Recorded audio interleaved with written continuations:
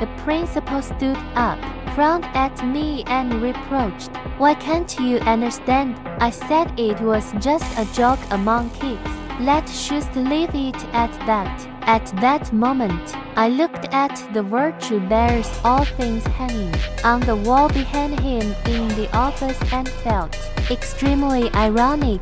Be sensible, that way we can all be fine. The principal took out a thick stack of papers and placed them on the table beside me, his tone gradually becoming impatient. "It's not easy for you to raise a child alone, and with your disability, we won't bully you as long as your daughter signs the letter of understanding. This matter will be over." Kijak Xiao giggled. "Uncle, giving them money would be too lenient. Let Zhang Taiyashen come back to school. I still want to play with her." This was simply a blatant threat and provocation. I stood up and slapped the table. "No way. You are twisting the facts. Even if I have to risk my life, I won't let people like you succeed." Later I tried many ways, but whether it was going to the police station to file a case or going to court, I was always obstructed. A dark cloud hung over my heart, gradually snuffing out my hope. I put away my phone and turned to the bathroom. The person in the mirror had bloodshot eyes and messy hair. I splashed cold water on my face, expressionless line, feeling that this moment of suffocation was even more like a kind of relief.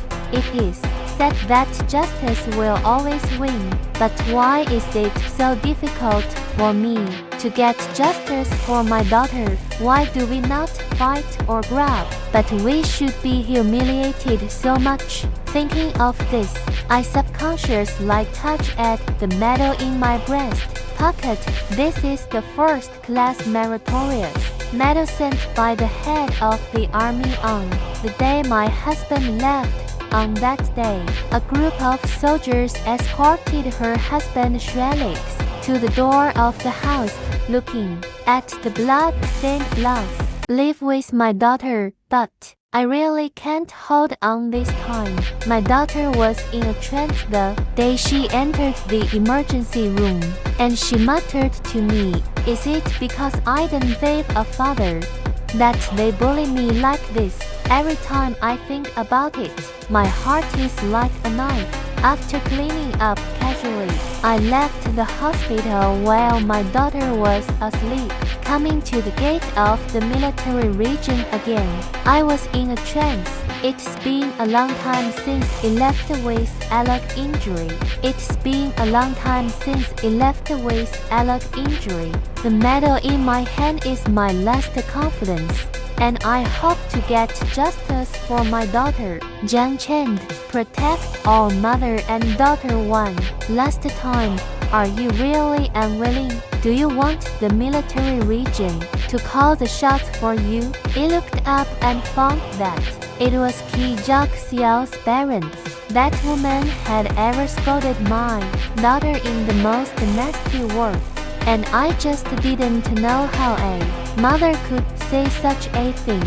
What's the use of people like you coming here? Don't forget we're here too. I looked up at the big letters above my head.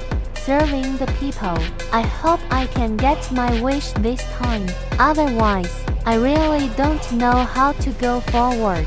Seeing that I was still standing here, Mrs. Q walked over brisk line in her high heels. She looked me up and down and sneered. "It's really an eyesore for you to stand here with a lame leg. Why don't you kneel down if you are really sincere?"